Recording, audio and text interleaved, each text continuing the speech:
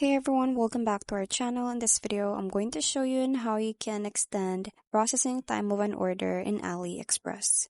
So if order status is awaiting shipment, so it means that the seller is preparing the goods for you. So goods will be shipping out before the deadline. So if you want to extend an order processing time, you can follow these steps below. So step number 1 is to sign into My Orders and find your order right there. So in here, you will see here the order. So click on the extend processing time. So you will have to see it around here. And step number 3 is to fill in the extension time and click confirm.